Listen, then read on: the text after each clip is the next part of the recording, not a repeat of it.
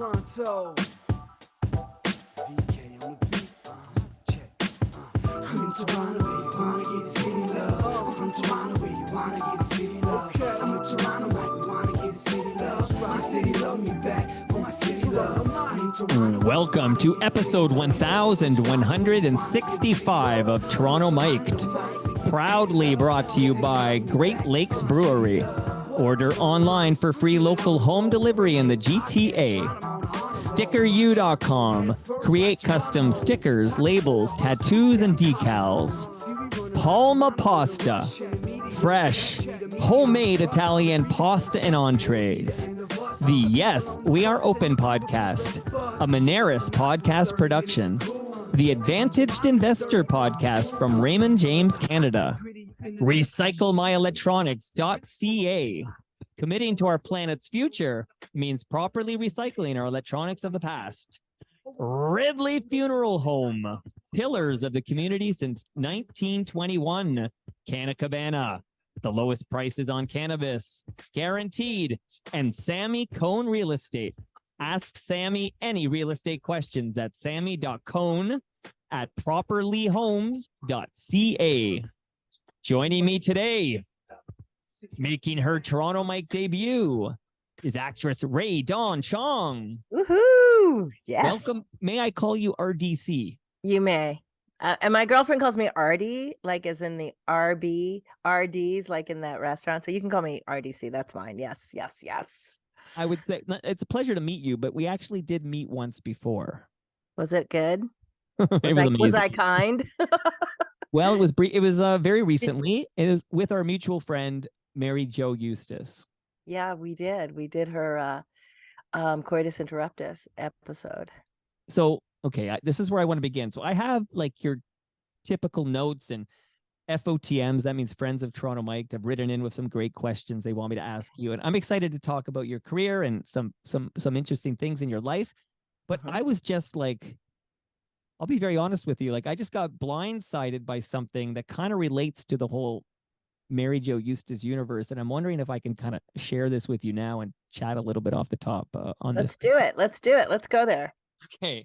So, I was downtown Toronto recording a corporate podcast. So I was basically offline for like 3 hours, I'd say. And then it wraps up. It went very well. And I was kind of packing up, and then I turned back on my ringer, and I see I've got a call coming in from our friend, Mary Jo Eustace. And Mary Jo tells me, basically, like, to warn me that her son had issued some kind of like statement on Instagram or something about X's and uh-ohs, which is the show we recorded the new episode 3 of You, Me, and Mary Jo. Yeah. And somewhere in here, like, I'm tossed under some bus, and it says something about how I had betrayed Dean McDermott's trust. And like, I get this information and I'm like, wow, like, is this how Hollywood does you dirty? Like, you live in LA. It's a complication when you do something as extraordinarily brave as the idea and concept of X's and O's was. You're bound to have a response, a reaction.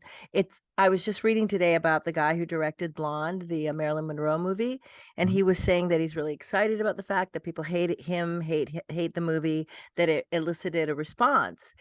And even though I think he probably isn't that excited about people hating him, I think that there is merit in terms of being self-responsible to a response. So I said to Mary Jo this morning when she called me in an absolute crushed, betrayed, hurtful place. I don't think she'll be feeling betrayed that I shared this with Toronto, but I just said to her, this is what happens when we stir up the water. You have to be open to hold. Everybody gets to react. And at this moment, her kids are reacting like they're on Team Dean. And Dean has got he has a team. And I just think it's kind of exciting because, this is what we do. We're human beings and we get to respond, Mike. I mean, it doesn't surprise me that the show X's and O's would elicit such a strong reaction, but are we surprised? I mean, it's a dynamic of family. It's a divorced, it's a split thing. They're going to take sides. They're going to do what they're going to do. And Mary Jo is an accomplished, beautiful woman, and I think that that's challenging for a lot of people. And a lot of people, it's like witch burning. A lot of people take the side of the victim, and I think that I'm just going to say it because I'm on team MJ. I think Dean's like an expert victim, but that's me, so obviously I've taken a side. Well, okay, we all bring our biases to the table, right? And you are friends of Yeah. MJ, so there will be a little bias there, but I actually liked MJ and Dean equally, so I feel Yeah, like for sure. like I come up through the middle. I legit, and I'm telling you, I'm gonna call you Ray Dawn. I'm like, I don't know, RDC. I don't think that I think Dean's reaction is absolutely in line in vibratory. He's vibrating exactly where you would expect him to vibrate, which is, I don't know that he does a lot of work on himself, and I'm not sure that he even, when he said yes to doing the X's and O's, that he really understood the depth that it was going to go to. So I think in a way, I think he's absolutely behaving like you would expect someone like Dean to behave. But Ray Dawn, it got deep awfully quick. Like episode 1 got heavy, and we did Yeah. record 11 episodes over 3 months. Like this wasn't like, Yeah, oh, you're just, yeah. like something happened. I think there's a lot of familial pressure. A lot of times the spouses don't really like it when it's jamming. So, I mean, Sure. it's like, let's face it, there's a lot going on there. I think it was too successful. Isn't it funny when something gets to be it kind of takes off, everybody Yeah. else gets greedy? It's like when you win the lotto, your life turns to dirt because everybody sues you. Okay, but so Radon, we just to catch people up to speed here. So Dean, we dropped 2 of these episodes. I have 11 in the can, so to speak. And I don't know where this can is, but I have 11 of them.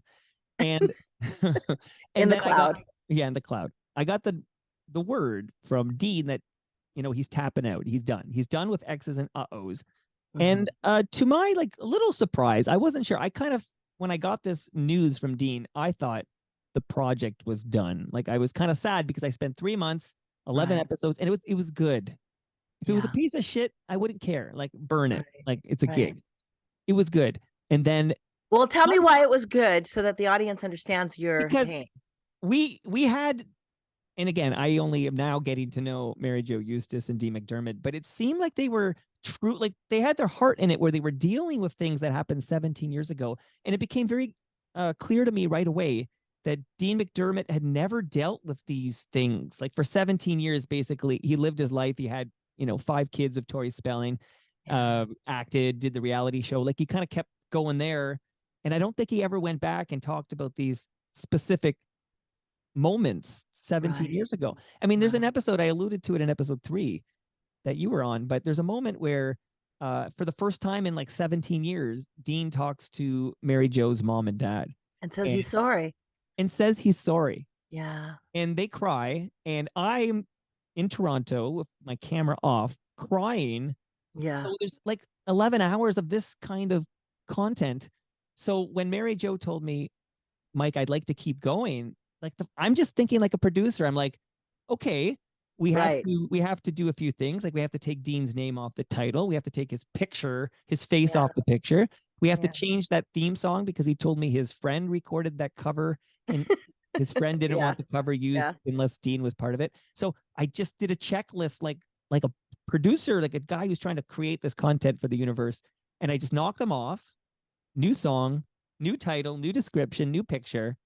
And then you and I met Mary Jo on remotely there, and we recorded a new episode 3. But this news today, and again, I know I'm rambling, but I don't come from your universe. Like you're in LA. Well, no. But this is Okay, like talk to me. a saucy hornet's nest of unexamined, obviously unfinished business within that family. Yeah, That's the right. dynamic. Clearly. And it's kind of tragic, but can I just say something that I think is really Yeah. true? Go. And not to sound like a nutter, but I am, I think, good nuts. Okay. When people don't realize something, but everything is a test. And I think that you become a bona fide rock star master in your life when you can sustain and survive deep betrayal, when you realize that no matter if you have no one on your side, whatever your position is, you will survive it. No matter how rugged the betrayals are, you will survive it. And it doesn't make the people right. It doesn't make you right. It doesn't make them wrong. It's just that we as human beings in the human condition, we don't honor or respect or even expect to be tested. And this is what I call this a life test. And this is one of the rockingest, most painful life tests, which is when your kids choose the other, when your spouse, chooses your best friend, when your boss fires you for the moron in the, that you know what I'm saying? Like when you Sure. get dropped, when you lose a job, when your film bombs, when you know what I'm saying? Like stuff happens. And this is like, I just want to say to everybody, welcome to living. And now we get to see what Mary Jo is made of, because how she responds in the next milliseconds and going forward is really what her mettle is. We're going to see what she's made of. And I think that it's hard. I'm not saying this is an easy thing. Mhm. And I'm not saying that I'm an expert at this or that I welcome it, but I just want to say, hey, welcome to living. When you stir up the waters, you got to be expecting to be hit by a couple tsunamis. Wow. Oh, I have a scheduled, Zoom with of all people, I have a scheduled Zoom tomorrow with Mary Jo Eustace and George Stroumboulopoulos, Strombo himself. And I hope MJ's okay. The way I see it now is She's just probably not going to be okay, but isn't that yeah. a good show? Oh I yeah, hope no, she I'm brings it. Like, bring your stuff. I mean, right. seriously, how much do we in our society in 2022, we all, and I mean all of us, Yeah. we like it to be nice. We like it to be neat and tidy. We like to see women fierce and empowered, even though we're hardly fierce and empowered half the time. We like to see dudes really like with their shit together and making all the big dough. And that's not always the case, as we know. We like to see, blah, blah, blah, blah, blah, blah. It's just crap. That's not real life. Real life is ugly, messy, unpredictable, So Radon, painful. ugly, messy. Okay, so clearly there's a family that needs to figure things out over in They're California. figuring it out. This is part of it. Right. Jack needed to choose what he chose. Right. Lola, Jack, Mary Lola, Jo. Mary Jo, Dean. Yes. They have a family thing. I don't And want can I to. tell you, Go ahead. this is not the end. This is not the end. And how she responds to them doing this is such a reveal that it's going to, if I pray for, this is what I pray for them Yeah. and for my friend. Mhm. I pray that everybody sees what they're made of. I pray that everybody actually sits back and goes, wow, that's interesting. I definitely didn't choose mom. I chose dad. You know what I'm saying? And then she gets to go, Yeah. how interesting. They didn't choose me. So guess what? You're free. It's also straight. Okay, no judgment here. I hope they work it out. I feel though like I've been Sweetie, hit with that's what some, we do. We judge. You can judge. You can well, judge. just Judge. we talk like this gentleman who, okay, I should just say I've never met Jack, never met him like remotely in person, never had a conversation with him. He's lovely. He's I don't know gorgeous. Jack at all. I'm sure he's lovely. I saw him in a Christmas card that He's I saw. gorgeous. He's beautiful. He's Okay, smart. He's but tender. he's also like almost 25 years old. Like we're not talking about like a 12-year-old or a 13-year-old. Right. We're talking about an adult male. Right, an adult male, like almost 25. Okay. Mm-hmm. I feel like maybe I'm getting hit with like I'm collateral damage, and maybe there's like some shots ricocheting off of targets that are hitting me in the shoulder or whatever. Like I just feel Okay, like Mike, I'm just going to say this to you. I'm just yeah. going to say, dude, this is what happens when you do a show called X's and OOs. I want to say to you, why are you so shocked? I feel You like didn't do a show of like kittens and bunny rabbits in a basket. okay, but it's not my ex-wife doing the show. I guess I feel But in like a way, isn't their story in a way our story? Like, come on. I mean, families are such a tricky little hornet's nest, right? It's always a power struggle. Okay. It's always a thing. And the more money there is, the worse it gets. Well, stay tuned, Ray Dawn, because this, like, I literally just learned about this and I'm still processing. I know you're so cute. I love how you see, Toronto Mike, this is how sheltered you are. Well, This who's is this guy to take shots at me? And what mistrust? Dean, who I always liked, I'm incredibly fair to Dean McDermott because I like him and I know he's going to listen. Why to do you like my Dean McDermott? Even though I don't know him, charming I'm guy. sure Like he's I find him adorable. to be charismatic. We've had private convos. He's Okay. funny. I know he's kind of a kind of a I'm not against Dean. I don't even know him. So I right. think you can't hate someone until you know them really well. Well, I thought we So were buds, to be honest, and now I yeah. realize I'm not his bud. Like I only kind of learned No, I today. think that Dean is just very hardworking not to be homeless. I mean, I actually think that he's probably 3 inches away from the streets.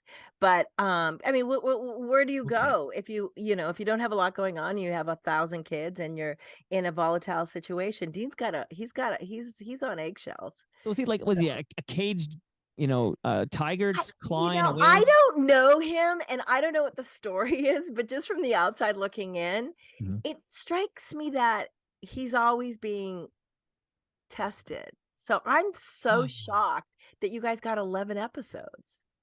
Well, now I am, but at the time I thought we were going to get 111 episodes. Like I 'cause he was so know. into it. But Well, but this is the thing, you guys. yeah. You guys, this fell apart because it was successful. Isn't Ray that Don, you bring wild? this perspective that I don't have. Like I'm just sitting in my Toronto basement, like completely unaware of this Hollywood world, and it's like I'm like, It's oh, not just Hollywood. Come on, it happens. It happens everywhere. I mean, I was thinking about Meghan Markle and her best friend who lives in Toronto. What's the lady's name? She's married to the married guy. to Ben Mulrooney, Yeah. Jessica Mulrooney. There, that's not Hollywood. That was drama, and that was like spicy. She Right. got outed for being racist, which everybody's racist. That's all I'm going to say. Everybody has a little bit of Are you Trump. racist? Probably. I mean, I can be racist against white guys named Toronto Mike. I mean, I don't know. I mean, I'm an if easy I'm being target. honest, I Take can a judge. number. What? No, What I'm was? saying take a number. You gotta take your shots at Toronto Mike. It's an easy Well, can I target. just say something though? Yeah. Also, I mean, let's face it. I mean, it's like you represent the colonizer. So I'm a person of 5 different ethnic groups. Can you So name them I for look. me? What? Can you name them for me? Like these 5 different. Irish, Hey, I got that one. Native American, and Native Canadian. I'm Indigenous. Askanabi. I'm also Polynesian. Okay. I'm Southeast Asian, so I'm Cambodian. Okay. I'm Chinese. Oh, sorry, I have more. And I'm African. And I've got like 4 different tribes in my African bits. And then the rest is Euro. Okay. So So I you have find go ahead. 6. I have 6 ethnic groups. So just on my DNA and my cells, I have I have an aversion to people who are colonizers, even though I've had people accuse me of, being not wanting to be my ethnicity, and that's just painful. And it may have been true when I was younger, but I've since been educated. Okay, we're gonna talk about it because I find this Okay. fascinating. And I will say I've had a guest. I won't name names, but astute listeners can probably guess. But I've absolutely had a guest who I could basically, I'm certain she was triggered by my white skin and blue eyes.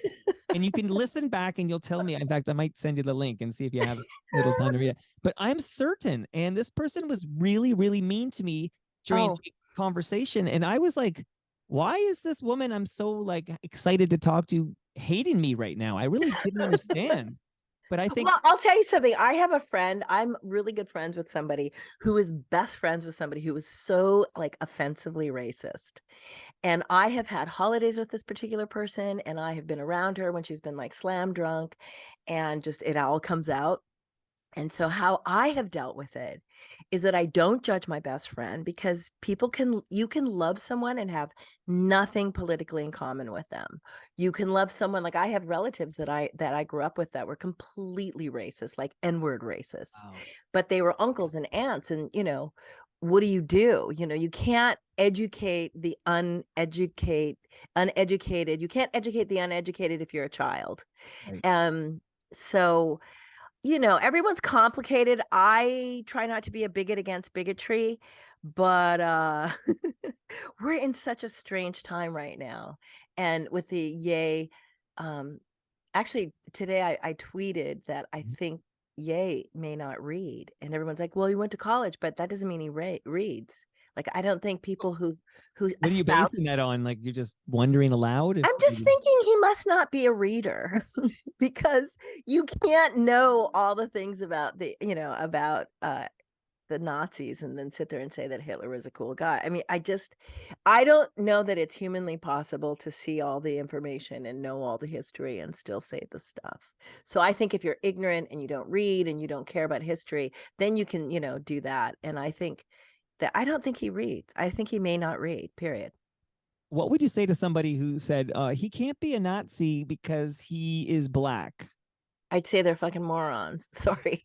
I mean, that's dumb. You can be a Nazi and a moron and racist, and you can be somebody who reads and be racist. I mean, he's showing us that you can have all the money in the world and not be surrounded by anybody who's on your side. I mean, this is a tragedy. This is a tragedy, not just for the community, the Black community who are looking at him going, what's wrong with you? But this is a tragedy, we're in this dark, dirty, ugly, it's the preamble before we see indictments flowing, and we're just about to get them. So, yeah. And that. All right, let's use that as our starting point here. Like that was sort of like the red carpet show, the preamble, which I love, and I love the way you think. Like I just totally dig. Do you really love the way I think, Mike? Because I sometimes wonder. No, I'm just kidding. I don't know you well enough. I'm already on the defensive here, so I'm gonna let you know this is our It's second. okay that you were born, the majority, and Well, it's not my fault, right? Like no, exactly. Well, we don't know that. It could we What choose. do you mean? Okay. Because I feel like I chose I feel like my soul said, yeah, bring me in a female mixed, make it complicated. Because we like excitement. Okay, go ahead. Sorry. I don't think I chose. If I chose, I really didn't. I don't have any memory of this, of course.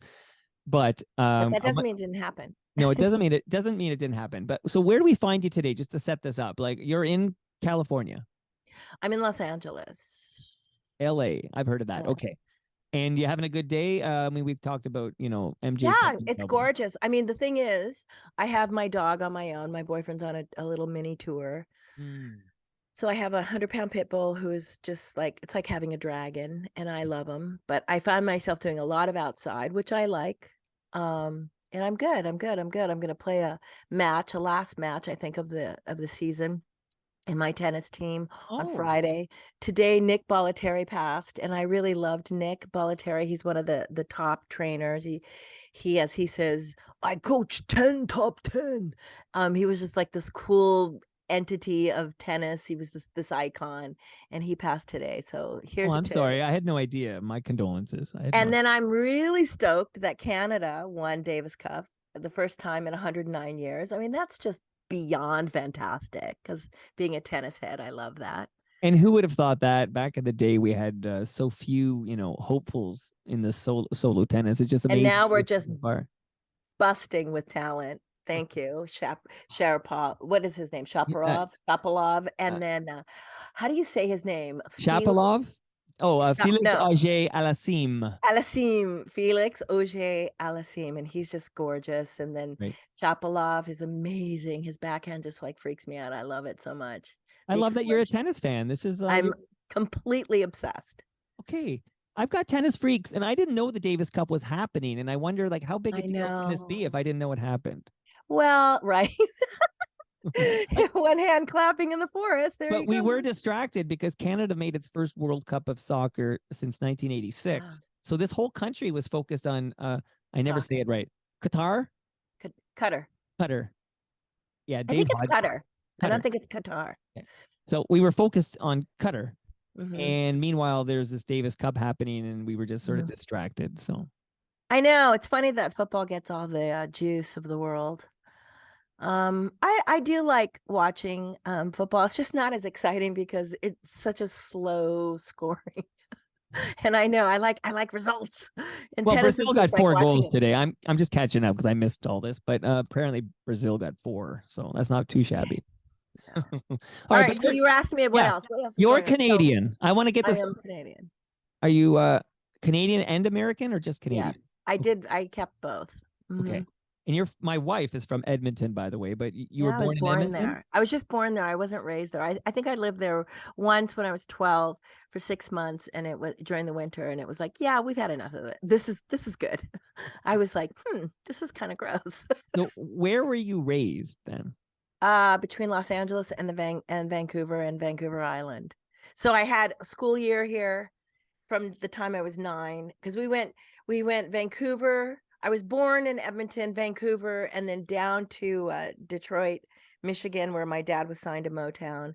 And then we lived there for 2 years, which was traumatizing. And then we moved so from 7 to 9, I was in transit, and we landed in Los Angeles right as I turned 9 years old. And we've stayed. So Los Angeles since 9. And then during the school year, we were there. But then in the summers, my parents would ship us up to my grandmother. And she lived in Vancouver. And then we moved to the island of Vancouver. And that's where I had my summers. And, you never realize that living in Canada for 3 months saved our lives, because Canada's fantastic because it's safe mostly. And then you had a lot of outside. So I have this fantastic, healthy muscle for outside. Beautiful. And let's not let's name check your father, because he's a rather famous dude. Who's your dad? My dad is Tommy Chong of Cheech and Chong fame. Wow. I mean, right there, I mean, what's that like? Shout out to it's funny what that's like. It had its moments when I was growing up where it was just the most crap thing ever, because he wasn't dad-like. He was just gone. He was handsome, charming. He was like a child. I remember when I met him, I met my dad when I was 18 months old, because he didn't know I existed, and my grandmother snuck adopted me, and then introduced me to my dad when I was 18 months old. And my dad, I fell downstairs, and I remember this, and I was on my back crying. And my dad, he was young, he was like 23. He looked over at me and he laughed. And I remember thinking, you fucking asshole. Wow. I was 18 months old. I remember being so annoyed. And that's how I met my father. So he was always more like a brother in a way, because he was just sort of out of it, gorgeous, charming. But he was always just like, I always felt like my parents were so young and not quite 100% capable of taking care of us. So we grew up feral. Did you ever wish you just had like a normal dad who had like a 9-to-5 banking job? A plumber. I mean, anybody who was just like there, drinking, cracking a beer in front of the telly. Yeah, I really did. And in fact, I adopted a Jewish family, the Bergmans, when I was 11 onward. And, Bernie was more of a regular dad, and Shelley was more of a regular mom. My mom worked, my real mom worked and was gone. And then when she'd come home, she'd be exhausted. So when I found this family, it was like what I considered more of a normal family. So I sort of self-raised myself in that respect. Wow. That's how I survived Tommy Chong. So I'm sure we'll hear like little Tommy Chong sprinkled throughout here. But I have a question from an FOTM. Remember, Ray Don, you're now an FOTM, friend of Toronto Mike. I love that. And another FOTM is a guy named Jim Slowtek. Okay. He covered media, like I think he covered like TV and stuff for the Toronto Sun, etc. But he writes in, my first year covering TIFF was the year of Quest for Fire. Wow. I met Prime Minister Pierre Trudeau at the gala. He wants to know, do you remember? And then I need to go back and find out how you got this role. But do you remember this big splash, as Jim Slowtek calls it, this TIFF gala, Quest for Fire? Yeah, I do, because he was my date.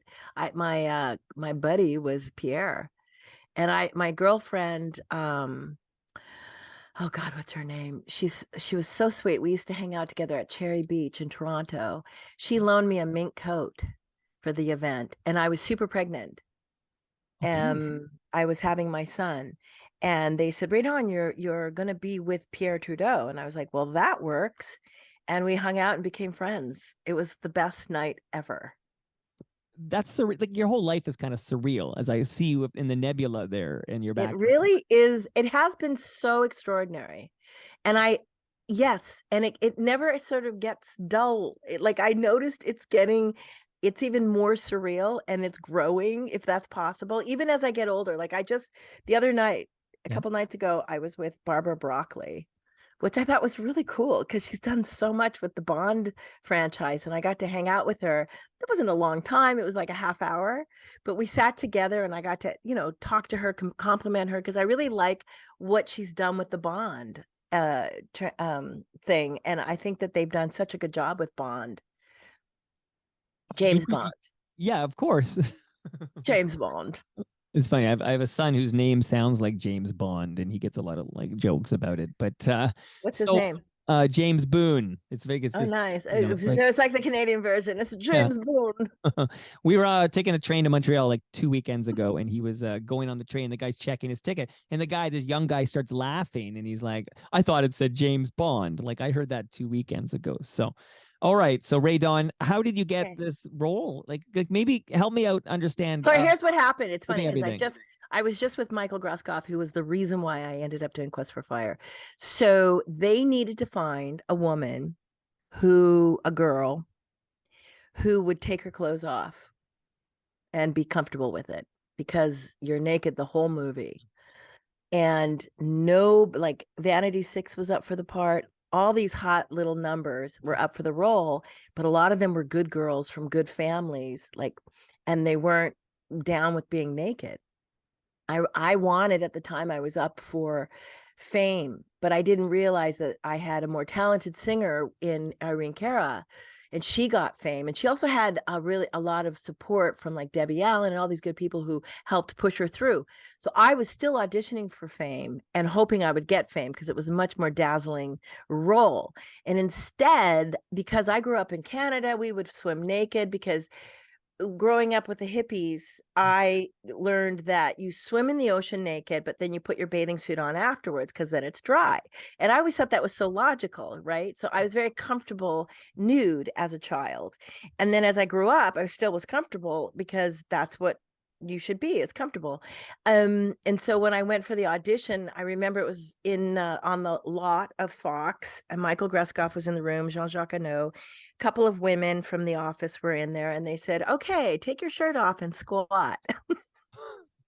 And I just thought, okay. So I was 19, and I mean, I used to go skating. How Michael Greskoff found me. Cher and Helena had this skating party every Monday night in LA. And so I would go to this thing. I was in my teens, and I would go to this party, and I'm a good skater, and I would wear tights and a leotard. That was my outfit, so you could see everything. So Michael's wife, Aloma Graskov, said, "Michael, I've got the girl for you. She's completely confident. She's gorgeous, da, da, da." So when I went into the office at Fox, they said, "Okay, take your shirt off and squat." And I was like, "No problem." I did it. And then I went home, and they said, "Okay, Jean-Jacques is going to go around the world and look for somebody, and you're high on the list." 2 years. Oh my God. It was like 6 months later, they still hadn't found anyone, but Jean-Jacques was not giving me the role. He was like reluctant, but they didn't have a girl. So Michael Groskoff said, "Ray Dawn, you've got to come to London and do this rehearsing." He goes, "But you still apparently don't have the part." So I never got the role in Quest for Fire. I just did the role. And because of that, Jean-Jacques and I were at each other's throat the whole time. He was such a dick to me. And it almost ruined my whole career, because I thought, well, if this is making movies, then I'm out. I'm tapping out. And at one point, he was so unbelievably French and horrible that I think I was going to leave. I think it was in Scotland. I was just going to go home. And Everett McGill, Namir Al-Qadi, and Ron Perlman, they said, "If you leave, we will leave. So you can't leave, because misery enjoys company." Right. And we were so tortured on this film, because Jean-Jacques has this really sick, sadistic side with his actors, that it was like the group of us had to do this together. I know it sounds so sad. But it sounds so fucked up. Like so fucked up. We were dying. Talking about dysfunction, and now it's just dysfunction everywhere, I guess. Dude, you had to be so strong to do this movie. And at one point, for instance, to give you an example of how crazy it was, I'm in Africa, we're doing a scene, and I step on a thorn, and I'm barefoot. I mean, the whole time I'm naked. Right. I'm barefoot, and this big thorn goes through my foot, comes out the other side. Whoa. The crew was so stressed, so overworked. I said, could someone help me take this out? Because it's really hard to unstab yourself. Right. No one could do it. They were all like, Radon, I'm so sorry. That makes me throw up. I mean, it was like, and I had to sit down on a stump and pull out this giant, it was like a Christ thorn. And I thought, oh my God, I'm stuck on this lame ass film with no one capable of helping me. And that's okay about your dog there, because of course you mentioned how many pounds? 100 pounds? Is that 100 pounds? 100 pounds. So Augie, come if the see. dog needs to be part of the show, let me know, because Okay, come on, I'm loving these stories. But anyway, yeah. that's what happened. Right. There's another. Okay. So Mike Richards, he's a local radio personality, and he writes, oh my God, he says, I've seen Quest for Fire 50 times. He made a parody of it for the radio called Quest for Fire, the musical. He saw it live in the theater when it came out. He says, this is legendary for me. So basically, we're all like, and Craig M writes in, what a cool movie. I loved it. And yeah, it's good. But yeah, it's great. But you got a Gemini for this, right? I got the, it's called something else. Well, it used to be Gemini. Now it's like a Screen Award. But no, it's the Oscar, but is it the Gemini? It's not, is it the Gemini? No, it's called something else. Yeah, I got the Best Canadian Actor Award. Thank God. I called it a butt head because it looks like a butt on a head. But what are these called? You should know. The Genie. What did I call it? Oh, Gemini. Gemini. Okay, Genie. I might, yeah. It's the Genie. I was That's why they got rid of them. It was too confusing, I think. It's called Gemini. I mean, the Gemini's for television, I think. Okay. You got a Genie. I got a Genie, and it was really cool to get that. And thank you, Canada.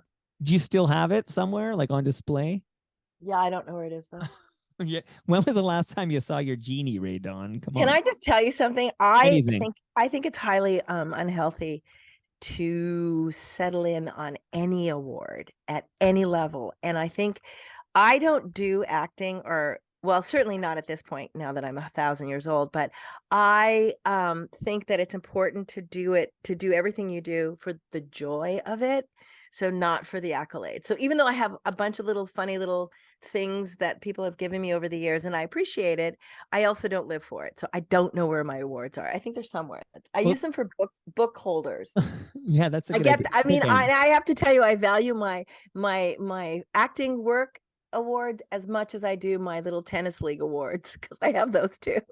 I'm excited. I know, I do a show with a gentleman here named Mark Hebsher called Hebsy on Sports. I co-host it every Friday, and he's like a diehard tennis guy. I'm just excited when I meet somebody who's passionate about tennis, because I just tune in when there's a Canadian in like a Grand Slam final. That's when I watch. I know, right? Like, what's her name? Bianca Andreescu. Yeah. And her mother. And her mother. And her mother, right. And Milos Raonic, he was in I think it was a Wimbledon final several years ago. Yeah, he was good. He's tall. And speaking of Genies, we had Jeannie Bouchard, but she never kind of climbed the mountain. And now I think with Jeannie too, I think it may be past, but that had to do, there's an example of where everyone around you is saying you're going to be. Right. It gets in your head. You can, it's called the upper limit. There's a whole book about this called The Big Leap. There's a level of mental stability that you need to go to the next level of whatever it is that you do, of mastery. And I feel like Jeannie Bouchard was given a lot of good stuff, but then I think that her support system was lacking, which is why she didn't have the strength to get through and tell people to shut up and get out of here and leave me alone and let me get to the business of making tennis.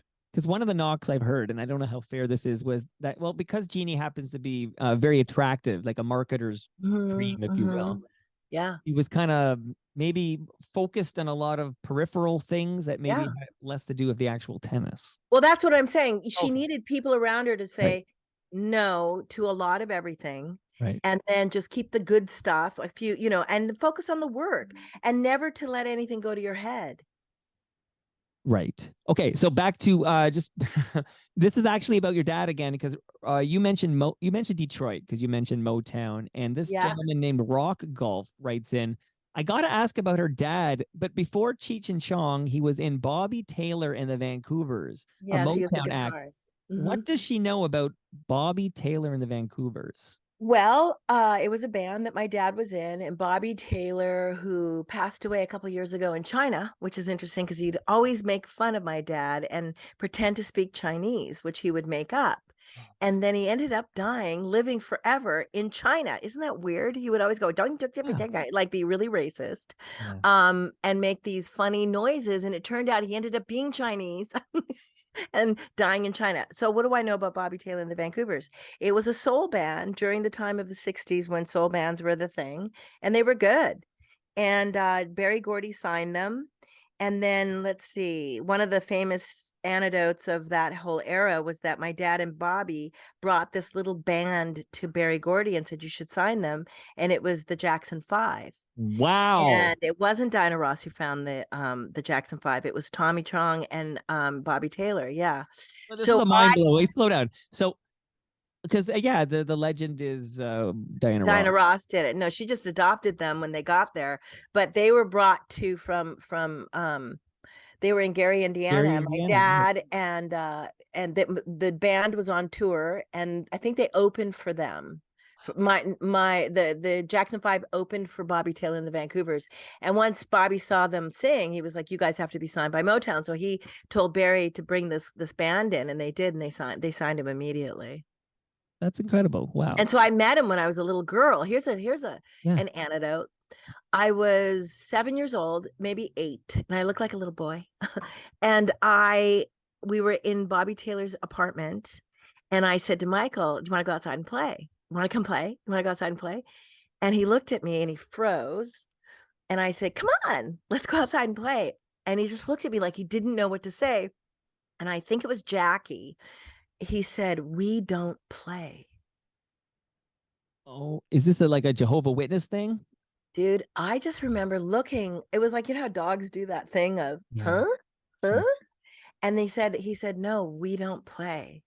And I just sort of walked away thinking, I had no, my little girl brain Wow. didn't compute not being a child and not playing. Right.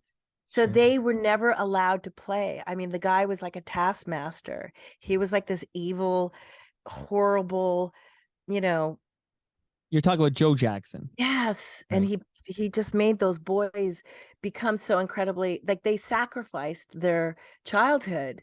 And I remember that. I looked them in the face and they said, "We don't play." And I remember just thinking, that is the saddest thing. So doesn't that tell you everything? Well, that's an interesting observation because, he's famous for, they talk about, Peter Pan and Neverland, like he had some kind of a He had repressed no childhood. childhood. Like, yeah. So if you're, and I'm not the first to make this observation, but if he was denied a childhood, it may leak out in later years. Not may, it does. The Right. soul needs what it needs. Right. We need to let children be children. So that was one thing. And I'll tell you another story that I think is really Yeah, cute. I love it. I love it. So I was little, and because Bobby Taylor lived in this high rise that a lot of famous people lived in, and I was obsessed with the Supremes, as a little girl would be. Come on.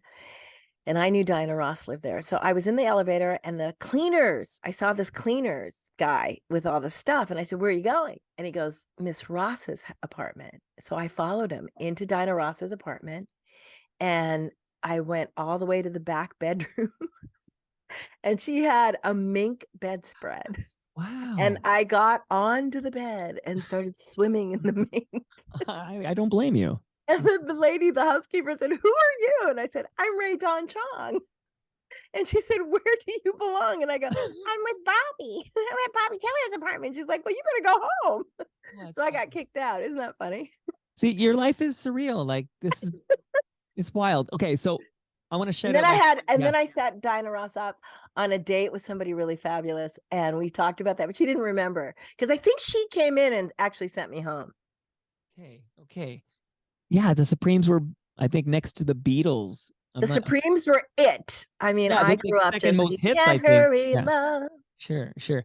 Oh yeah. No, Now wait. absolutely. We just did an episode on girl groups of the '60s, and they were number one with a bullet, without Oh a doubt. yeah. Oh yeah.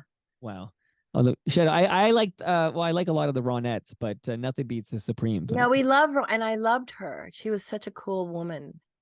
Yeah, Ronnie. Yeah, Ronnie Spector. She was so cool, so cool, and she survived that horrible man. Oh my God. Yeah, and then she comes in the, I think in the like I think I know in the mid to late 80s she has that she's on that Eddie Money song where she's kind Yeah, of the Don't Worry yeah, Baby interloping part. yeah, A little yeah. throwback there. Yeah, we It's lost sort her. of not, it's nice, but you know what? There's so much misogyny in show business. I mean, in rock and roll, particularly. You think about all those background singers, they got paid, they got paid, but they didn't get paid, Right. and it's rare that you see the groups go, let's give some, royalties to the girls. But you know what I mean? Like it's rare. And they're Well, usually black women, and it right. sucks. No, it sounds shitty. And I mean, let's face it, Phil Spector, literally a murderer. Like this is He's literally a murderer. Oh my God. yeah. Oh God. Yeah, but he did create some great things. See, you can be horrible and wonderful. Without a doubt. I mean, Don't Worry Baby. I mean, just go ask the Beach Boys, go ask Brian Yeah. Wilson. Like he was obsessed with that No, I know the that wall of wall of sound. sound. Right, Yeah. right. Yeah. It's funny. And the best directors are usually dicks. I mean, Quest for Fire is like one of the best films I've ever done, but it took a strip off me. And you hear about people working with these guys, these really good directors, and usually it's difficult. Can I ask you about one? Hmm. Steven Spielberg. Hmm. Please don't tell me he was a dick, because I believe him to be No, a no, he was dude. lovely. He was very sweet. He was like Peter Pan. Everybody just sort of, flutters around him, and he's like the genius. He's like the boy genius. And we all, rarely, I mean, once he wanted me to be knocked into a hole, and I didn't really think that was cool. And then I said, I'm not sure I agree with that. And it was like E.F. Hutton speaks. The whole set got silent. They were all waiting, like, what is she gonna say? And he just looked at me, and he sort of for a second, he held my little opinion, and then he said, "No, we're gonna do it my way." And it was like E.F. Hutton. And I remember thinking, oh, well, that was interesting. And that's just, That of didn't course, go over. how did you get the role in The Color Purple? I had to audition and audition and audition and audition and audition. It was really a nightmare. And then they cut the role. It was like lame. I could have easily missed that party. Wow. It did nothing for my career. Nothing. There's a gentleman Actually, named. Go go ahead. ahead. No, No. well, if you had something more to add to the Well, I Color was just going to Purple. say now they're redoing the movie, and I'm super excited because I think it's going to be so much better than the original film.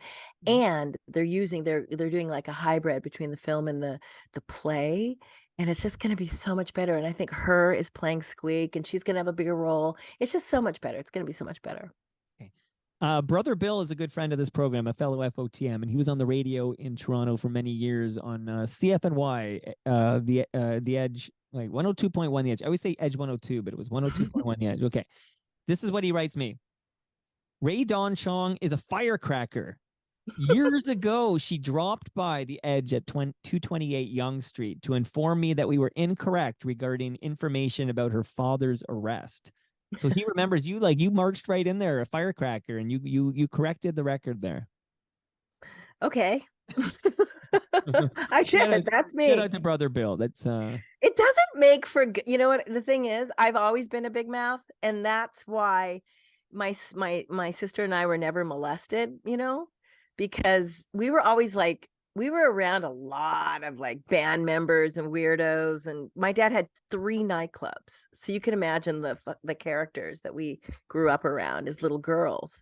And there were 6 of us, my cousins, my dad's brothers, 4 kids, and myself and Robbie.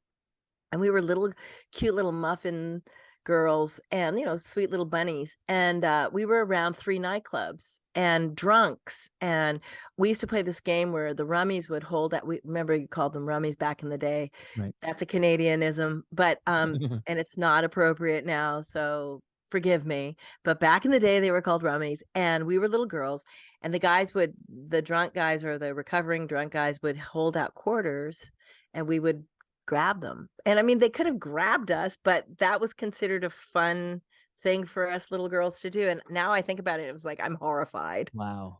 Mhm. That rummies expression. I think Dave Thomas, he played a character on The Simpsons, and I think he used the term rummies in that, if I remember correctly. Did he get arrested? Did he get canceled? Dave Thomas is a sweetheart. He gave me like 3 hours to just pepper him with SCTV questions. Oh, I love that. No, he's a I good dude. know. And his brother's great too, Ian Thomas, out of the Hammer. Okay. Let's, you weren't molested, and I'm happy to hear that. But No, we weren't molested, but if you think about it, when you're Okay. sort of I mean, it wasn't like my parents didn't love us or watch, but we were kids of the 60s, and my dad was my dad, and my mom was busy. So I think we were unsupervised, really. So I think I'm amazed we're not dead. So I'm just going to say it. I'm glad you're not dead. Yeah. You got to keep on living. Okay. To fight another day. Can I ask about your relationship with Mick Jagger, because you're in the video you're in a few. I know. I just got into so much trouble because, of course, I had my own apartment when I was 15. I lived in Los Angeles and Beverly Hills. The landlord rented the apartment to me because I was super tall for my, I was old. I was 5'8". I looked like an adult, and obviously the landlord had bad eyesight because he looked me in the eye and said, "You can have the apartment." So I got an apartment at 15. I rented myself an apartment at 15. And yeah, so I lived on my own, and then I was doing go-sees in New York City, hanging out with my friend Mackenzie Phillips, and I met him. And 1970s Mick Jagger was gorgeous. It was like Timothy Chalamet. He was so pretty with those big fat lips and that tously hair, and I looked like a little Moroccan boy, and we hooked up.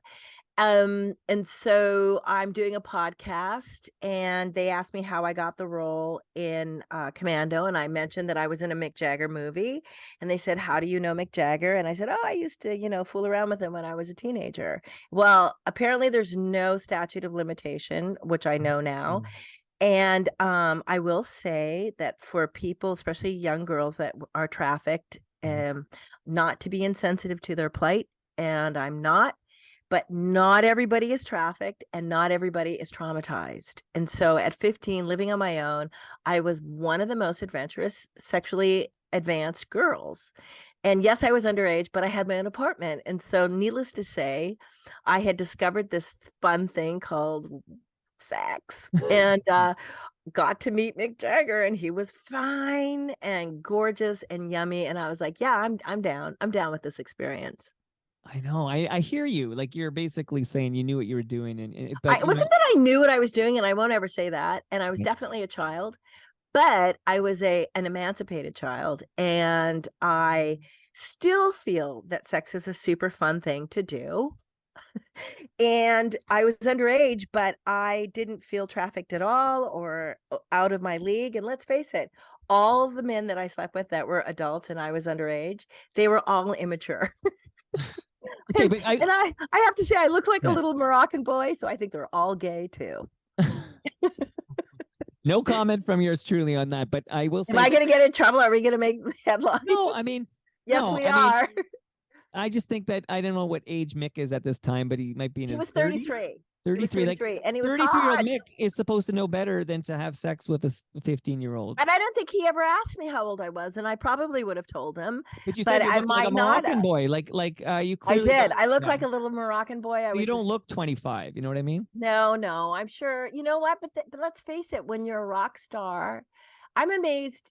I mean, that's what happens. You just things are brought to you. Things are given to you. It's not like there was no in that world. Everything was let's So go. what Mick Jagger movie were you in? I did his first solo video movie. It was called Just Another Night. Big hit. That's a big hit. It was his hit. And then we did like this thing called Running Out of Luck, which was this Julian Temple scriptless thing in Brazil. And I'm the girl. I play slave girl, which is really, annoying. But there was no script. It was just like, I don't know what we were doing, but it was fun. And I got to hang out with him. But by then we had been friends for a long time. So all that other stuff was not happening. But how does this Jerry Hall was there with us anyway. So he had to behave. How does this lead to your role in Commando? Because I was in heavy rotation on MTV. Remember MTV? There was a little thing like we had much music, right? You had much music and MTV, right. And it was a thing. Like you careers were made when you were. Now it's what do you call that? It's reality television that makes careers, but not as fun. It was MTV, and I was in heavy rotation with Just Another Night. And so because of that, I got in on the audition for Commando. Is it true? Yeah. Go ahead. I was going to ask about there's I'm kind of prepping, and there's some talk that there was an interracial love scene that they cut out of that movie. Yeah, I think we all agreed that it was stupid because if there's a child's life at risk, there's no way you're going to have an erection. If your baby is being held captive, come on, man, that's gross. Yeah. It's like, wait a second, let me fuck this bitch while I go save my child. I don't think so. But what was it like working with Arnold Schwarzenegger? Well, I sort of am tired of talking about him, but because they always ask me about him, it was exactly like you would expect. I was young. I was in a small car with him for a long time. So it was fun. He was a bit handsy, but it was fun. Remember, yeah, you're tired of talking about it. You've been talking about it for decades, but this is my 40, first chance to talk to 40, about this. 40 years. Yeah, I now tell people, you pay me $100,000, I'll tell you anything you want to know. Wow. No, I'm just sick of it because I feel like it's a little bit misogynist. No one ever asks, like, you're asking me questions about me, which I really appreciate. But somebody, I think it was Richard Gere, once said to me, they always ask you about your father. They never ask you about you. And I was like, he's right. And this is right as I was just getting off the stage from Dick Cavett, who was just asking me about my father. Right. Right. But he does cast quite the shadow, right? Because, I mean, no, I don't mind talking about my dad because he's my dad. But then now I got to talk about Arnold, or I got to talk about Mick Jagger, or I got to, why don't you ask me, what else can I tell you? Am I not that interesting? Okay, well, no, you're fascinating. The problem is this is all part of your zeitgeist. I know it's your part of story. my history. Like, I mean, Mike Rogoski writes in, great guest. She's terrific. Can you ask her what it was like working with Ron Perlman? Well, see, that's interesting because I never get asked that question. Ron Perlman is one of the best people to work with because he never stops entertaining. He's like always on. So in this particular frame, we were being tortured by this French auteur on a film in very uncomfortable locations. We were either freezing or boiling. Always our feet were hurting. Always we had some kind of pestilence, biting us. It was vital to have a running commentary. Like those scenes when you see us running in the far distant, Ron is going, taxi, taxi. Like things that would keep us laughing. Excuse me, but my feet are bleeding. I mean, Ron Perlman is like a Catskill comedian. And so all I can say is that thank you, God, for Ron Perlman, because there were moments that we thought we're not going to live. We're not going to survive. We're standing in leech filled water for 5 hours and the leeches are attaching. And this director, we're not even in frame. Wow. You had a role on St. Elsewhere. I know. Isn't that amazing? I kind of haven't seen it in a long time, but yeah, I've been around for so long. Like, can you see it? Like, I feel like those kind of shows, they seem to have like they're while they're happening. YouTube. Yeah. Okay. YouTube it. Because and also I was on Lou Grant and I was so cute and pooky. My little tummy, because I just had my baby 40 years ago. I just saw, and I had this long hair. I was so pretty. I used to be so pretty. Well, you say that like you're not pretty today. Like I'm staring at you on Zoom right now. And you look amazing. Thank you, sweetheart. But in that kind of 20-year-old pretty, there's a whole different kind of pretty. When you're 20, you're sort of flawless. When you're 61, you're kind of like less flawless. That's ageist. Okay, Ray Dawn, you're being all ageist right here. I'm being ageist against myself. Your friend, it's funny because your friend Mary Jo Eustace, who we talked about off the top, she's 60 and she just took all these photos for X's and Uh-oh. So unbelievably beautiful, isn't she? With Dean McDermott, but she's got the skin of like a 29-year-old. Like, well, she takes care of herself as you suppose. Everybody does. You have to take care of yourself. I mean, I feel like when I go, they're gonna say, "God, she looks good." Well, hopefully it's not for a long time. But here's Mike. So I have more questions, and some of them are gonna ask about co-stars and stuff. But I have a question about your hair. Mm-hmm. When did you decide to let it be its natural tint, if you will? Yeah. Okay, so one day I was driving somewhere about 6 years ago, and the sun was hitting it, and there was like 5 different colors of brown. It looked so bad. It looked like I felt like I looked like one of those like just one of those like silent film stars. Oh, like a magician, maybe? Yeah, it was just like the sun hit it and I could see there were like 5 different colors going on. And I thought, I'm fighting a battle that I'm not going to win, and let me see what it looks like. And so I just chopped it all off. I got rid of the chemicals. And then I also realized Yeah. that I think dyes, the chemicals we put in our hair, I think they're hormone disruptors. I don't even paint my nails anymore because of it. I think that we ingest and put a lot of really highly toxic stuff in our bodies. And at my age now, I'm post all that hormonal disruption. It's just nice not to have that battle going on. Like I get worried about, I mean, we're all going to probably get cancer because that seems to be the thing, but I I just decided that I'm not going to die anymore. I'm not going to paint my nails. I'm just going to, I'm just going to take care of my body, try to eat as well as I can, not too much, fasting, just try to take care of this carcass, because this last part of my life, this next 30 years, I want it to be comfortable. Like I'm just starting Aikido because I want to add another element to my fitness. And I thought, Aikido, I'm never going to be good at it because I'm too old, but I figured I want to be a beginner, and I think it'll be good for my tennis, and I think it'll be good for my bar class. Like you have to sort of, I feel like at this point you have to design your future. So that's why I'm gray, is because I don't like chemicals on my So brain. you're not going to die because you don't want to die. I'm not going to die because I don't want to have a brain tumor. Like I think they say Jacqueline Onassis died of a brain tumor, but she used really powerful toxic black dye for her hair for years. And there's a theory that it could have been the dye. Hmm. I mean, something's going to get us for sure, but let's not facilitate it. Plus, I Wait, think that gray, yeah. sometimes I look tired, but sometimes I look at myself and I think I look amazing. Well, I was going to say there's obviously not with me necessarily, but society has this double standard with the gray hair. Like we had a big kerfuffle here in Canada because one of the big news anchors, Lisa LaFlamme, stopped dyeing her hair during the COVID-19 pandemic.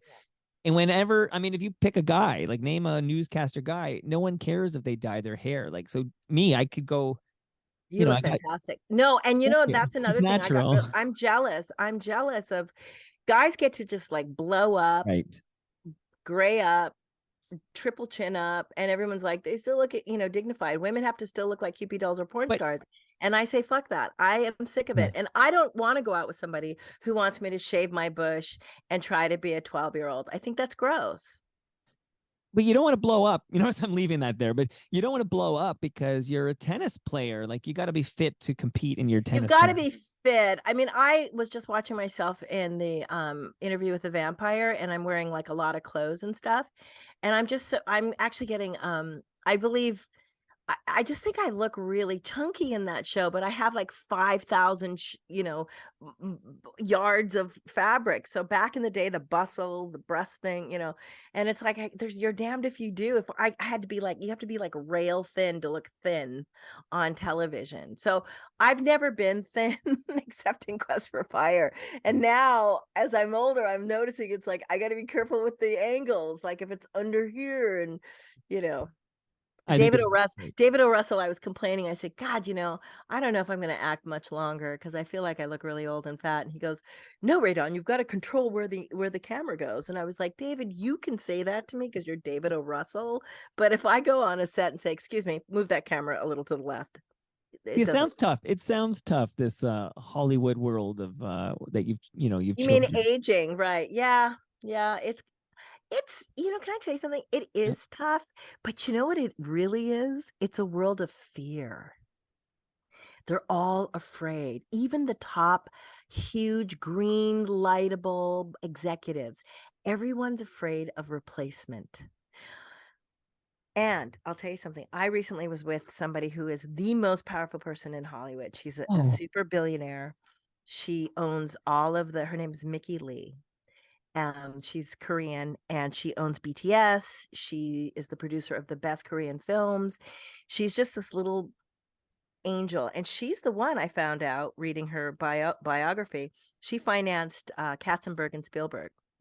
She was the first one to make DreamWorks to finance them. But what was my point? she's powerful and she has really good taste.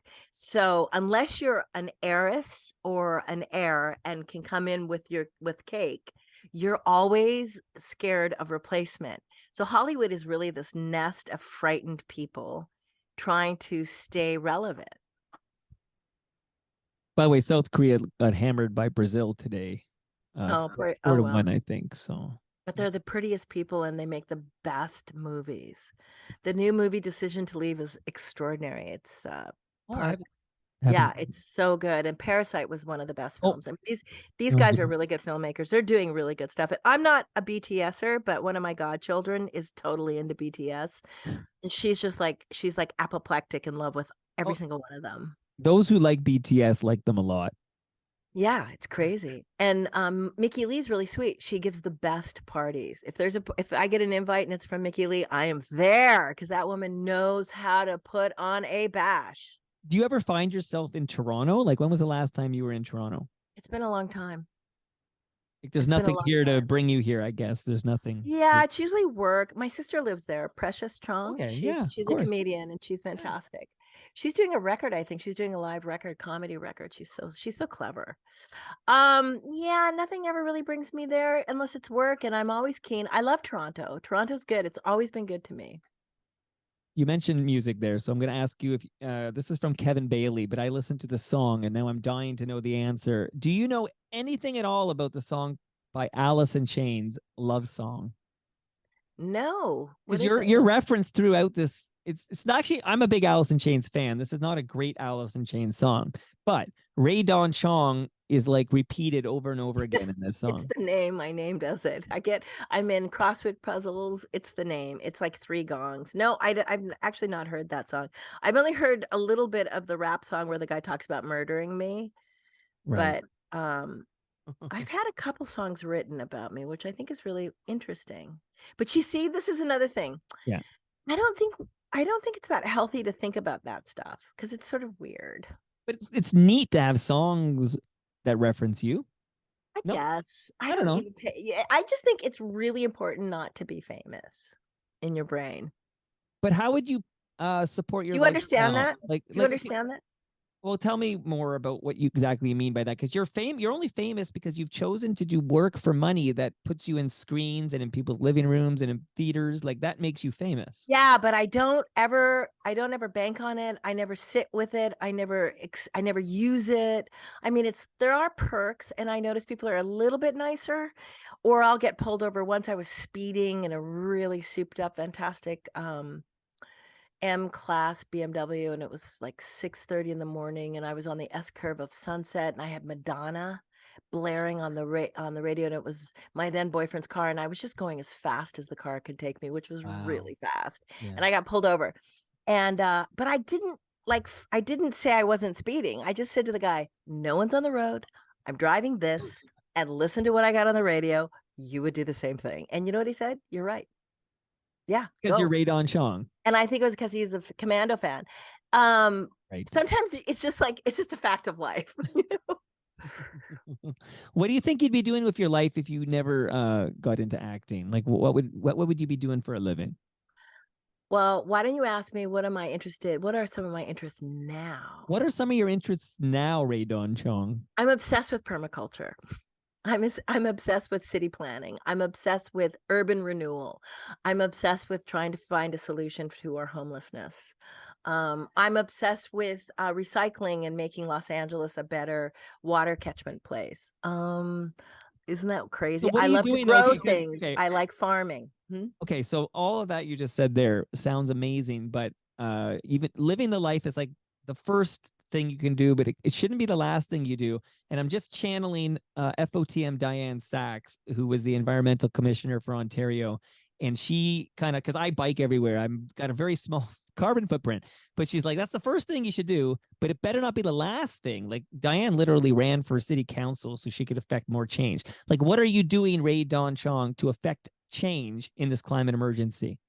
So I have an RV, so that's a very big carbon footprint, but I try Right. to drive it someplace and park it for a month. I don't drive around in it. and I don't take jets anymore. I'm not much of a pilot. So what do? I try not to drive too much. I do ride my bike everywhere that I Good. can. I love that. I have a scooter, a Vespa. If it's a little further than my bike can take me, or if it's like a meeting. What else do I care about? I recycle. I also compost, which is crazy. I'm obsessed with worms.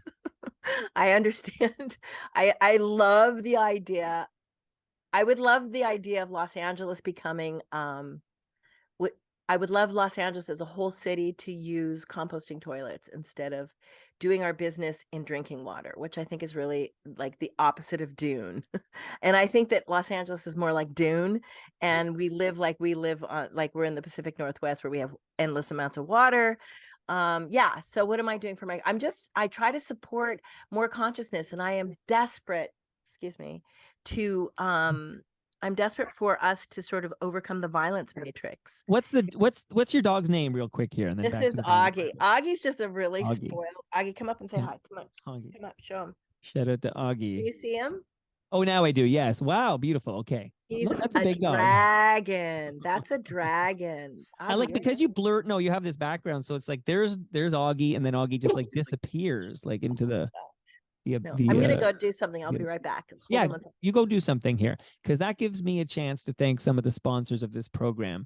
So I want to say thank you to Great Lakes Beer and Palma Pasta, because we had TMLX 11 at Palma's Kitchen on Saturday. I saw so many great FOTMs there, and we all got to drink Great Lakes, which was delicious. And everyone got a full meal from Palma Pasta. It was actually a magic day. So thank you to everybody who came out. Somebody said there was like 75 people in total who came out, and that's unbelievable. And thank you, Elvis, for co-hosting with me. But everybody can hear TMLX 11 because I dropped it in the feed Saturday. I just want to say thank you to stickeru.com. You go to stickeru.com, upload your image, and you can get stickers and decals and temporary tattoos and all this great stuff. And they've been wonderful, wonderful partners of this program. You know, speaking of Tommy Chong and Cheech and Chong, it makes me think of Canna Cabana, because Canna Cabana will not be undersold on cannabis or cannabis accessories. They have over 140 locations across this country. And I want to shout out Ridley Funeral Home, pillars of this community since 1921. And Brad Jones was at TMLX 11, and he's the host. I'm the co-host, Life's Undertaking. So subscribe to Life's Undertaking. And soon I will shout out a couple of other podcasts you should listen to. Welcome back, Ray Don Chong. Thank you. Thank you, honey. So did you want to explain that violence matrix here before I get to more questions? Okay. So here's the thing with the patriarchy, right? In our violence matrix, it's been going on for about 10,000 years. And humanity has industrialized, has gone dominance, it's violence, and we've just crushed each other. And we've treated the planet as if it's this disposable thing. And in order for the species to survive, we have to switch up and go into what would be a healing biotope. We have to begin to live with nature and in a harmonious dance with nature. And then not only does it unleash and allow us to heal so many of the things that are broken, but it also I think the flow, or there's what they call the sacred matrix, which will show us where water is, which will help us grow things and plants. It's like the universal flow. We have been so out of, I think, the chi, or the flow of the universe, for about 10,000 years. And we've just done it in this kind of, patriarchy, I'm going to knock it a bit, but it's time for the feminine. And I don't mean necessarily female, but it's time for the feminine to be more prolific and much more in leadership. And I think it will heal. You know, it's like, what's his name? Tucker Carlson talks about how the sperm count in men is really low. And then we have all these incels. And I think in order for the patriarchy to actually heal, it needs to relinquish control. There's a lot there to digest. I got blindsided by the Dean and Son post, and I was processing it. Now I have to kind of digest this, but I will shout out Helen Tansey. I produce her show, and her show is called The Feminine Warrior. And she speaks much like you. I think she would love to talk to you now that I think about it. But Well, I mean, this is the thing. I mean, did you see that piece on the Prime Minister of New Zealand was asked a sexist question in front of the Prime Minister of Finland, who happens to also be a beautiful woman.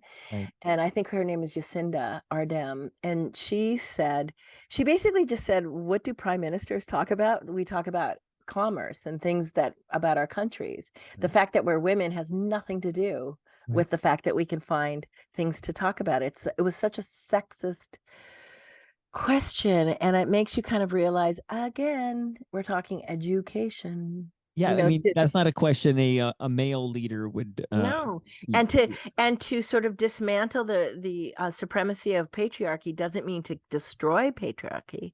It doesn't mean to hurt men. It means to embrace. It means to integrate. It means to say, how about this? How about if we co-lead? How about if we cooperate? what's as a I'm not just a feminist. Right. I'm a lover of all things. I've talked about it before. I love love. I think it's important to be kind. Well, as you know, I was there live, and then I re-listened to that episode 3 of X's and Uh-Ohs, which you're on. And yeah, you love, and love is beautiful. But me as a white guy, a white straight male, cis male, like, what should I do? Like, I have to keep, I have to I just think it's my children. I have to keep going. Like, I will be your ally. Let me tell you something. Here's what I know. Yes, please. It's not just men that need to reboot and upgrade, and that thing that says we're updating your system. Sure. We need a reboot and an update of the whole system. And it's not just men that need to do this. Women actually sustained the patriarchy because it's what they know. And women have a tendency to burn witches. If you look at the history, when they were burning witches, it was women just as much as the men that were pointing the finger, because people don't like change. People are threatened, especially ignorant people. So I say to people who don't know, instead of fighting it or saying it's wrong because they don't know about something, how about this? How about, that's interesting. Well, in fact, this is a bad example of it, but I have learned to shut up and listen. Like I really do. Or say, I don't know.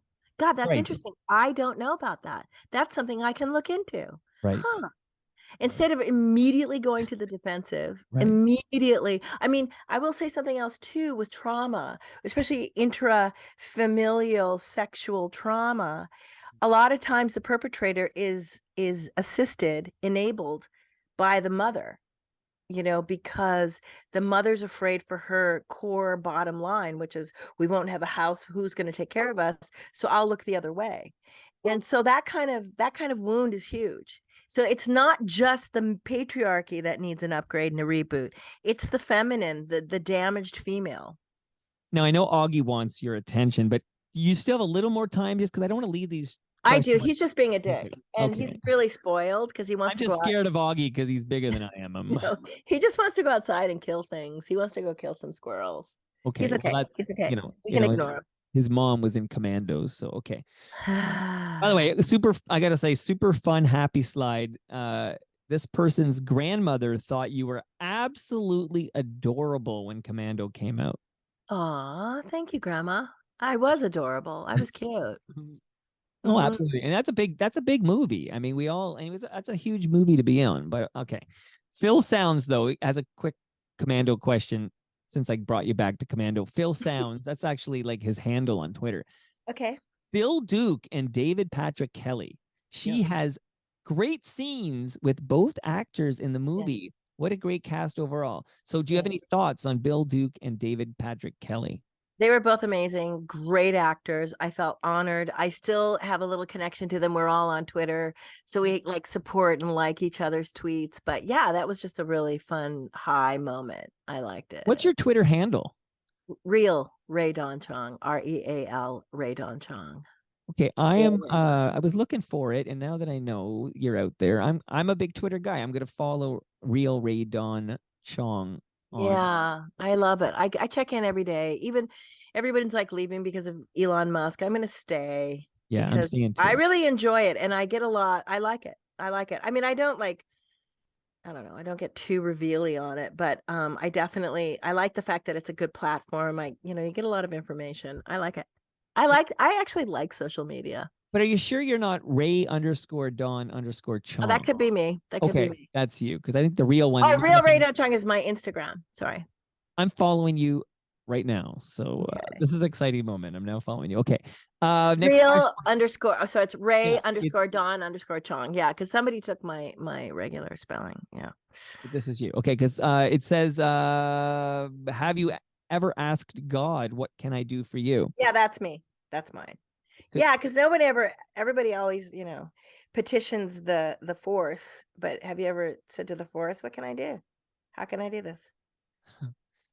The question, okay, so Mark writes in, ask her how much fun, and there's a couple people who mentioned this, so I'm dying to get the story here, but Mark writes, ask her how much fun it was to do Celebrity Family Feud. I Oh know my her God. sister Precious, her and Robbie crushed Family Feud. And just before you answer, Gare Joyce, who's actually going to be down here tomorrow, we're going to film another episode of Every Spring a Parade Down Bay Street. That's for the listenership. Okay. Gare writes 3 words: Celebrity Family Feud. Songs versus Lakers. How could the producers find an opposing team who smoked more weed than her father? You know what? I had never watched it. I didn't know how to play the game. So immediately I messed up. But my sister was so competitive. This is the most competitive family. So we couldn't not win. I'm just going to tell you right now. Spoiler alert. We had to win. And yeah, it was super fun. And my sister and I are so different that when we did the speedy thing at the end, you have to come up with things. I knew we were going to crush it because like my answer was something like hot dogs, hers was hamburger. We're so opposite that we would cover up, we would fill in the blanks. Amazing. Yeah, it was fun. Oh shit. Hold on, my door's ringing. You get your door. Okay. I'm actually going to shout out a couple of podcasts here real quick. So when I got this news that I was being done dirty by the McDermott family, I had just finished a recording with Raymond James Canada. Raymond James Canada has a great podcast called The Advantaged Investor. Chris Cooksey's the host. Hey, Cooksey, saw him earlier today. Basically, if you want valuable perspective for Canadian investors who want to remain knowledgeable, informed, and focused on long-term success, you want the Advantaged Investor podcast from Raymond James Canada. Subscribe today. And while you're subscribing to that fine podcast, there's a wonderful podcast from Moneris called Yes, We Are Open. I had the host, Al Grego, at TMLX11. And thank you, Al, because you helped me so much setting up the audio. Al Grego has been to all 11 Toronto Mike listener experiences. This guy is amazing. He's been telling the stories of Canadian small businesses and their perseverance in the face of overwhelming adversity on this podcast. Yes, We Are Open. And everybody can go to yesweareopenpodcast.com and subscribe to it today. Thank you, Al Grego, for the help. And thank you, Moose Grumpy. Happy 50th birthday. And thank you to everybody who helped out, from Tyler Campbell to Leve Fumka to Stephanie Wilkinson. So many good people. YYZ Gordon Tom, I just want to say thank you for going and getting the beer from my car because we were running out of Great Lakes. It was so well attended. So wonderful day, TMLX11. Ray Don Chong back. Thank you. I'm back. You're back. Okay. Last thing, and then I'm going to kind of do a free for all, like anything in your heart, on your mind. But I want to ask you about some comments you made about Spike Lee, because you mentioned that he was critical that you weren't how do you represent a race when you said you belong to 6 of them? Do you think this is? I know. And you know what? At the time that Spike Lee attacked me, I was doing quite well. And if you notice, he always attacks people who at the time are doing well. He's just one of those guys that's really not a team player. And I just, I have such a strained, not a big fan of Spike Lee, although I like his movies. Sure. There's another irritation. That's like Phil really Spector, good, right? Yeah. He's like a really good filmmaker. He directs beautiful films. He's really good at it. And he's a little weasel. But yeah, he just attacked Soul Man. He never saw Soul Man. I don't know. I just think people who do that are just like petty little fuckers. He's one of those guys that I'm going to beat you up, or I'm going to, and then he talks a big game, and then you get him on the schoolyard or whatever. And they become like, all of a sudden they're running, you can't catch them. He's one of those guys. He's like what I call he'll cut your hair, your braid off, and then he just bolts. And I don't know. He's just not a very brave man, and I don't like him. And But I know he makes good movies, and you know, just he's a great filmmaker, sure. And I actually, in some ways, I can see what he saw, and I can see that I didn't. Maybe I'm not Kiki Palmer, or I'm not one of the Dark Sisters, but at the end of the day, they're all gorgeous and they're all really good. And I'm really glad that everybody's here now. It's like I just happen to be one of the early ones, But now that there's so many mixed race couples, you have, like, I have two children who are biracial, right? So their mom is of Filipino descent, and then there's me and my honky tonk Irish background. Whatever's You going need to on there. do that just to make it stronger. Your kids must be gorgeous.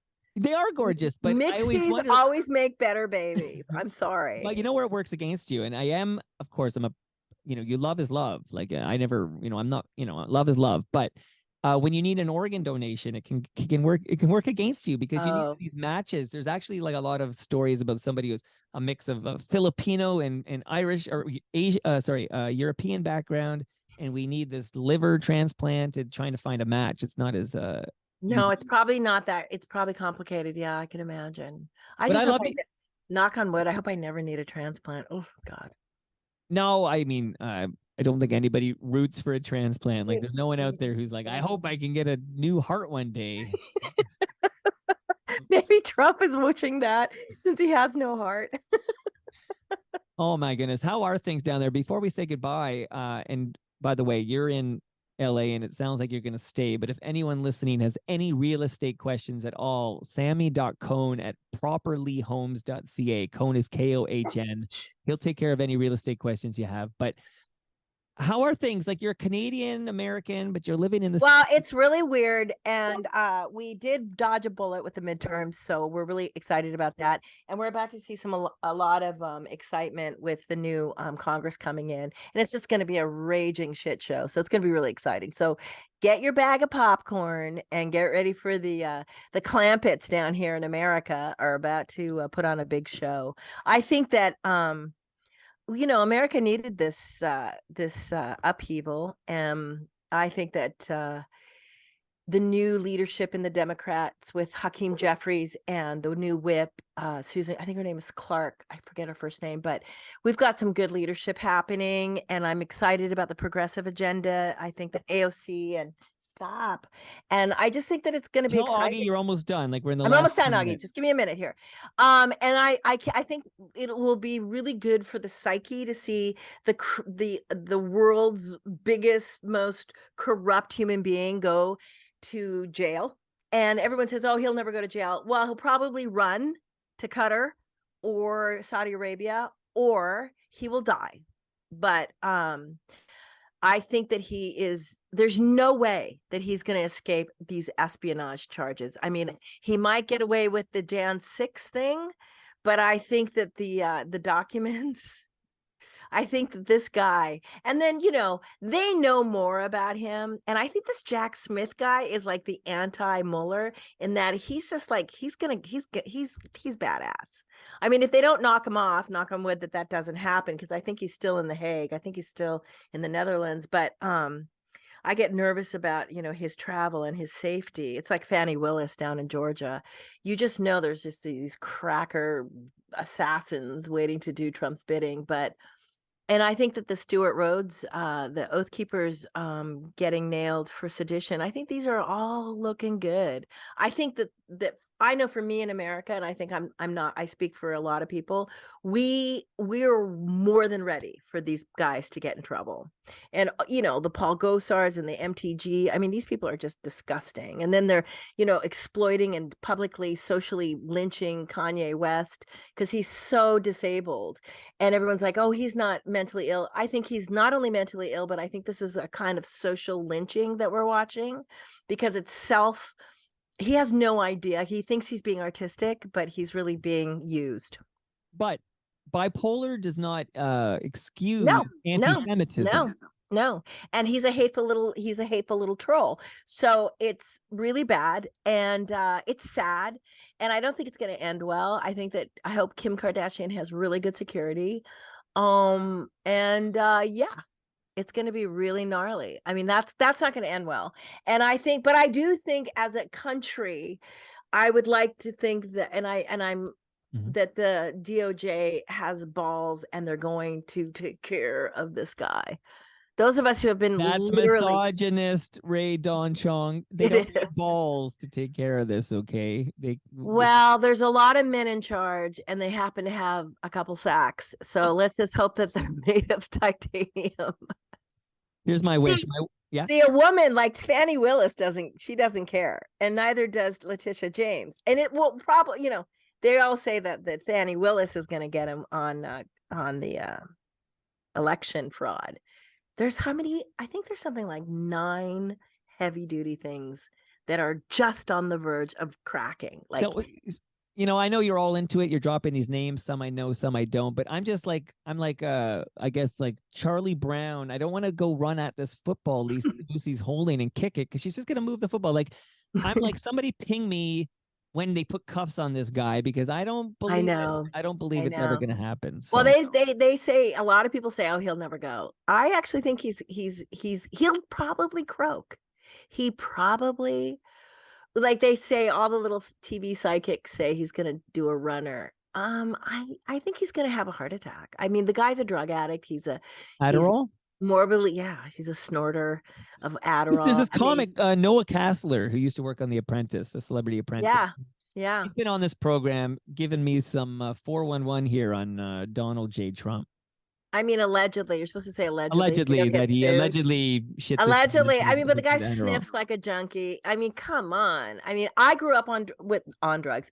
Yes, I grew up with drugs, around drugs, and all I can tell you is absolutely there's drugs involved, especially Junior. I mean, what is Rick Wilson calls him? What does he call him? It's Cokie Railsby. Wow, a lot to unpack here. Here's what I hope. I hope that we do this again. Like, I feel like I have a new friend in California, Ray Don Chong. I can't believe I want to hold you and hug you and tell come to Toronto and hug the shit out of me. I want to hug you and hold you through this McDermott. You know what, since I've talked to you about it, because remember, I got hit with this just before we started this Zoom. Like, I haven't really even, and I even had a phone call. I had a phone call like, are you okay? Like, are you okay? Because, and I'm like, yeah, am I not supposed to be okay? Like, I'm kind of pissed off that I was done dirty like this, and it's bullshit and not fair. But it's not over. Just so you know, it's not over. This is just one chapter. Well, I'd like it to be over because I don't want to be in a family dysfunction in California. It's not my family. Like, I just want to produce good audio content and share it with the world. This is the best copy. This is like Nora Ephron would say, shut up. This is excellent. So I should lean in? Like, what should I be doing? Lean in. This is so good. I keep trying to tell my instinct is to ignore it, but you're telling me to lean in. This is so juicy and this is so instructive. And so I keep telling Mary Jo, as hurt as she is by all of this, this is pretty so good. This is like that's her son, right? Like, it's the whole different. This is some guy I've never met. It's so core and primitive. But let me tell you something. Yeah. Where is it written that kids are supposed to be loyal and loving and organized? It's not written, but where is it written that your kid is supposed to take your side? It isn't. But your kid is supposed to respect you. No, and assuming you weren't an asshole. Where is it written? Where's that? Is there a covenant? Is there a 10 commandments? My son's about to turn 21, and like, to me, it's like I would be devastated. I would be devastated if he did what this Jack did to MJ. Like, I just feel awful for her. Like, I can handle it. Like, come at me. What? I'm just some podcast producer. Like, obviously I got done dirty and I got hit with some crossfire or whatever. But MJ's the mother here. You know, there's I think it's liberating. I think if she's smart, she'll be hurt. I think if she's smart, she'll sit back and have a tear or 10, be hurt. But then I think she should realize, I'm liberated. She is now set free. She is free. No, but that's what I'm saying. Now she doesn't have to feel guilty if when he comes to her, which he will, for something, she can say, no. It's like he no longer has, it's like when you take a position like this, you're no longer the kid. It's actually very liberating. I hope I never have to find out. I just hope I hope I never have to find out. It's a hard lesson and it's really painful, but I pray for my friend that she can sit back and see the good that it is. Well, I hope we have, and I think we will. I hope we have more Ray Don Chong on X's and Uh-Ohs with Mary Jo Eustace. And I Thank hope you, she keeps honey. going because I love Toronto the show. Mike. What have you spoken to my sister Precious? No, I'd love to speak to Precious. Will you please book her and her partner? I forget her friend's. Can you introduce me like via email? I want to because she's so juicy and so smart. What and neighborhood? so Obviously, you don't sexy. need to give me too specifics, but what No, neighborhood? she's in of Toronto? town. She lives in the Danforth, I think. Yeah, of course, East So- York or Danforth. Yeah, of course. Yeah, she's so groovy. My sister is really amazing. I want to talk to Precious Chong. Mhm, you should. She's a whole thing. Well, thank you so much for this. I absolutely love this conversation. And Well, I needed it. give you a big kiss, and I liked our questions, and thank you to all the people who wrote in questions. I feel Oh, fabulous. one more off the top of my head, just before we say goodbye. What is your favorite film role of all time? Like the role that you're most proud of? Okay, it's a film that hardly anybody saw. It's the first film of Sandra Bullock, but it's called When the Party's Over. I love it when I don't see the answer coming. Okay, When the Party's Over. I'm dig that so up. good in this movie. It's really good. And what is your? I know you shouted it out earlier, but what is the active acting that we see Ray Don Chong in today? So right now I'm in the Interview with the Vampire. I'm in the first 4 episodes. I play Louis's mom. And then I'm also in Impeachment, which was Ryan Murphy's American Crime Story. I did that a year and a half ago. Those are 2 years great. ago. And then I do 10 episodes. I play Betty Curry. And then I'm also in a new movie called The Sleeping Negro, which Mubi is distributing. And I play a really good part on that. And then I'm also in this killer film that is so good. And we just won Los Angeles Film Festival. It's called The Mistress. And it's with Chasten Harmon and John Magero, who was in First Cow. And I play the mom of Chasten. And it's a thriller. It's like a Hitchcockian thriller. It's not gory, but it's super scary and creepy. And it's called The Mistress. And it's directed by Greg Pritikin, and we just won Los Angeles Film Festival as best film jury prize. So I'm stoked. I've got a bunch of good work coming out, and I've got another little thing that I'm in, but I forget. It's like a Edgar Allan Poe thing, but I just show up as a weird nurse. But yeah, it's work. Work is happening. And then I'm developing a show, and then what do you do? Okay, you just got a million I'm developing a television show for myself, a sitcom that I've written, and I'm waiting to hear from some directors and showrunners. And then I also am writing a book on evil. I'm still. I hope I'm not in that book. Okay. No, I write about I'm writing about the lower self and about I think that as a culture we need to know more about how it functions. All right, I look forward to all this, man. You got me sold. These films being recognized, I got to go check them out. Your whole, IMDb page full of greatness, and you're fascinating. I really think this is just wild. Thank you, Toronto Mike. So thank you. And I will take care of my friend. You're going to talk to my friend tomorrow, right? You know what? I might WhatsApp call her right now to make sure, because I told her I had to pack up my stuff. I was on Yonge Street. She's feeling really, really, really, really raw. So yeah, take care of her. And I'm gonna see her tomorrow with Strombo, and I feel bad for her because if I feel like this, imagine if it was my son who did this. No, for sure. I feel bad on that level because it is always shocking when people you think should be on your side. Like Shakespearean, really. Like the whole thing's very Shakespearean. Like it's like anyway, I gotta talk to her, make sure she's okay, because I really like her. And I don't know what I did to piss off Dean McDermott, but I just gotta I think that's not the case. I think Dean is just looking at somebody who's at home saying, do this or else. I think he has an or else. So because you're being cute there, but why don't you just say it? I think that he was given an ultimatum. By whom? Choose. It's me or her. So somebody yeah. I think it's that core and basic. And if he didn't choose, he was going to be out. He would have the boot. I don't, and I'm sorry, but I think it's as basic as that. It's choose. If you So had told me when I started producing podcasts that one day the star of 90210 would mess with my career, I would not have believed you, but here we are. well, I actually think there's going to be another chapter to this, and you're going to quote me on this, and you're going to get to release all of it, because I don't think he has very much going on. So I think that this is just one little tiny little blip in the middle of a ocean of action. So that's me. All right. I'll let you Thank go. you, Ray Dawn. Thank you so much. This was amazing. Honey. Yes. Bye.